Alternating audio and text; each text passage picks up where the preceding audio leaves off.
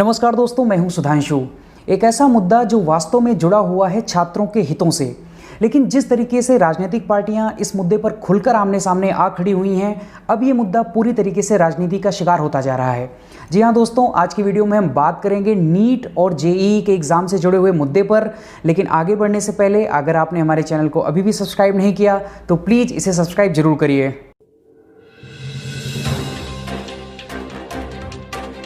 Engineering और medical क्षेत्र में भविष्य तलाशने वाले छात्रों के लिए नीट और जेईई बहुत महत्वपूर्ण एग्ज़ाम माने जाते हैं। जहां एक तरफ देश के सरकारी और निजी मेडिकल कॉलेजेस में एडमिशन के लिए आपको नीट की परीक्षा देनी होती है, वहीं दूसरी तरफ एनआईटी और आईआईटी में एडमिशन का रास्ता ज्वाइंट एंट्रेंस एग्जामिनेशन यानी जेईई से होकर गुजरता है। नॉर्मली जेईई मेंस अप्रैल के महीने में और नीट मई के महीने में आयोजित की जाती है, लेकिन कोविड-19 महामारी के चलते ये परीक्षा पहले जुलाई तक और बाद में सितंबर तक के लिए टाल दी गई। ये मामला सुप्रीम कोर्ट भी गया और कोर्ट ने इस परीक्षा को और आगे स्थगित करने से मना कर दिया। लेकिन जिस रफ्तार से कोरोना के आंकड़े रोज बढ़ रहे हैं, उसको लेकर कई स्टूडेंट्स इस एग्ज़ाम को टालने की बात कर रहे हैं। सोशल मीडिया पर इस एग्ज़ाम को पोस्टपोन करने के लिए कई सारे हैशटैग ट्रेंड कर रहे हैं और कई सारे राजनेताओं ने भी सरकार के ऊपर इस एग्ज़ाम को टालने का दबाव बनाया है।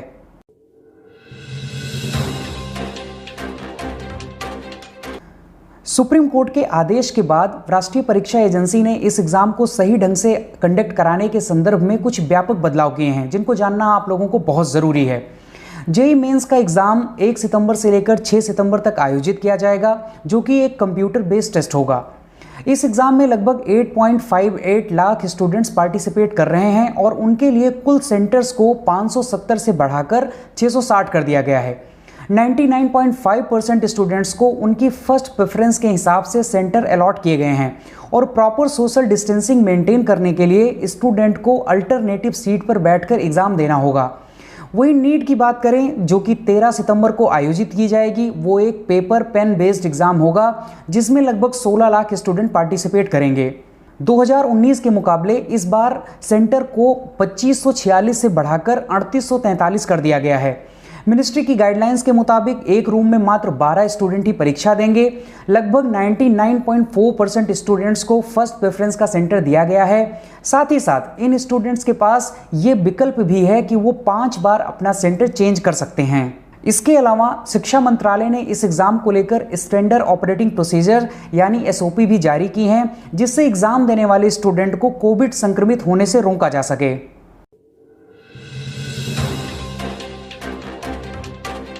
नीट और जेईई की परीक्षा में शामिल होने वाली कई छात्रों को कोविड इन्फेक्शन का डर है, क्योंकि इन परीक्षाओं में बड़ी संख्या में स्टूडेंट पार्टिसिपेट करते हैं और एग्ज़ाम शुरू होने से पहले और ख़त्म होने के बाद सेंटर के बाहर लगने वाली भीड़ कोविड संक्रमण फैलने की बड़ी वजह हो सकती है। एग्ज़ाम देने के लिए बहुत सारे स्टूडेंट पब्लिक ट्रांसपोर्ट जैसे बस, ऑटो और रिक्शा का यूज करेंगे। कई लोग एक शहर से दूसरे शहर में भी ट्रेवल करेंगे। कई बच्चे अपने गांव से शहरों में आएंगे। ऐसे में पूरे रास्ते सोशल डिस्टेंसिंग बनाए रखना बहुत मुश्किल होगा। बिहार और असम जैसे राज्य बारिश की वजह से बाढ़ की चपेट में भी हैं और वहाँ कई छात्रों को अपने सेंटर पर पहुँचने में दिक्कत हो सकती है। ये कुछ ऐसी वजहें हैं जिनकी वजह से स्टूडेंट्स इस एग्ज़ाम को पोस्टपोन करने की मांग कर रहे हैं।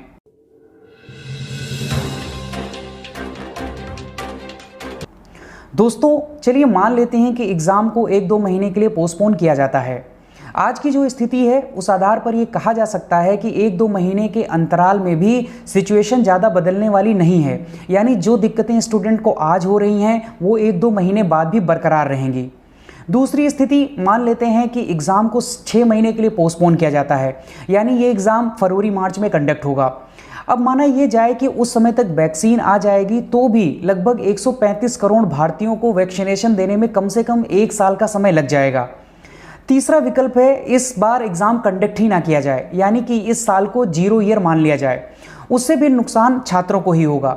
नीट और जेईई अपनी फील्ड के सबसे प्रीमियम एग्ज़ाम माने जाते हैं। इन एग्ज़ाम की सक्सेस रेट 1% के आसपास है।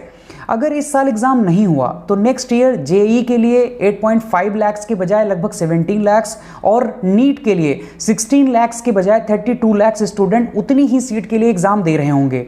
अब अगर नंबर ऑफ स्टूडेंट दोगुने हो गए तो कंपटीशन और भी ज़्यादा टफ हो जाएगा। साथ ही साथ स्टूडेंट्स का पूरा 1 साल बर्बाद हो जाएगा।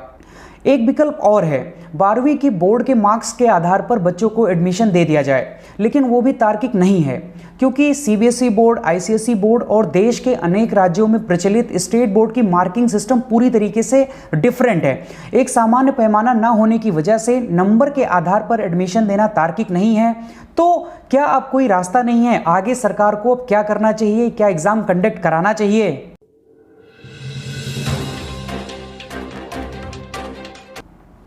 दोस्तों, दोनों पक्षों के अपने अपने तर्क हैं, लेकिन एक बात आपको ये भी ध्यान में रखनी चाहिए कि जो एग्ज़ाम अप्रैल में होना था वो पहले ही 5 महीने डिले हो चुका है। तैयारी करने वाले स्टूडेंट्स मेंटल प्रेशर में गुजर रहे होंगे और एग्ज़ाम डेट को आगे इनफाइनाइट टाइम तक पोस्टपोन करना उनके मेंटल प्रेशर को और बढ़ाने जैसा है।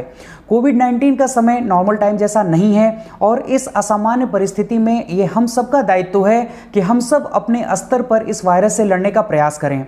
सब कुछ बंद कर देना या सब कुछ आगे के लिए टाल देना विकल्प नहीं है। लगभग सारे ऑफिसेस खुल चुके हैं, बसों और फ्लाइट्स का ऑपरेशन भी शुरू हो चुका है, यहाँ तक कि मेट्रो को भी शुरू करने की बात हो रही है। राजस्थान और उत्तर प्रदेश ने हाल ही में कुछ एग्जाम भी कंडक्ट कराए हैं। सरकार के ऊपर अनावश्यक दबाव बनाना सही नहीं है। अगर यही सरकार अभी एग्जाम को कैंसिल कर देगी तो निश्चित रूप से कुछ लोग सुप्रीम कोर्ट में जाकर पिटीशन दायर करेंगे और ये कहेंगे कि सरकार बच्चों के भविष्य के साथ खिलवाड़ कर रही है।